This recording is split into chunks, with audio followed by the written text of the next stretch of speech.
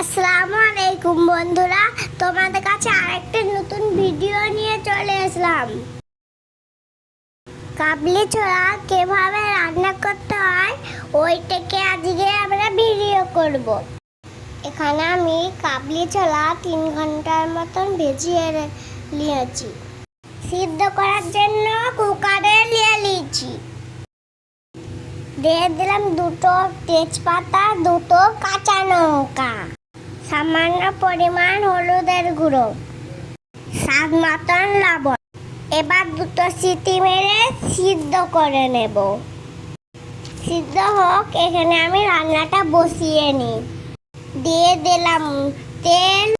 তেল গরম হয়ে গেলে দিয়ে দেব গোটা জিরে,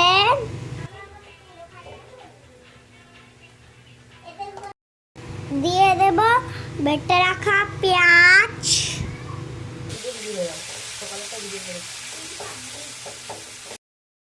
দিয়ে দেবো একসাথে আদা রসুনের কাঁচা লঙ্কা বাটা।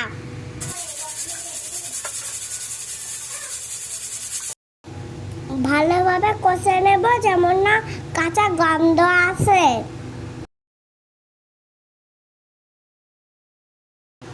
এবার আমি দিয়ে দেব পেস্ট রাখা টমেটো, দিয়ে দেব হলুদের গুঁড়ো, জিরে গুঁড়ো, লঙ্কা গুঁড়ো, ধনে গুঁড়ো। তারপর ভালোভাবে একসাথে কষে নেব।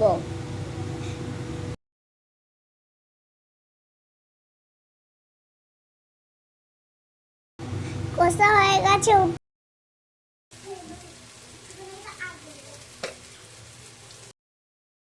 সিদ্ধ করা কাবলি ছোলা দিয়ে দেব। ভালোভাবে নেড়ে চেড়ে কষে নেব।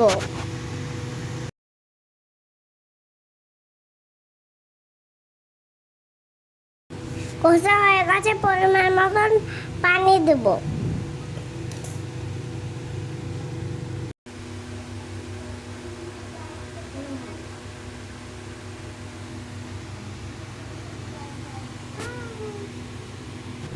ঢাকনা দিয়ে ঢেকে দেব সিদ্ধ না হওয়া পর্যন্ত।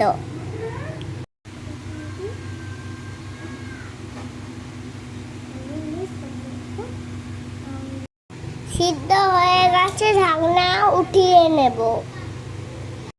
দেখতেই পাচ্ছ রান্না কত সুন্দর হয়েছে।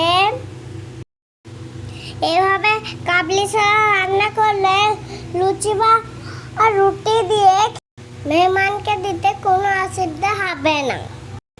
বাই, আসসালামু আলাইকুম। দেখা হচ্ছে পরের ভিডিওতে।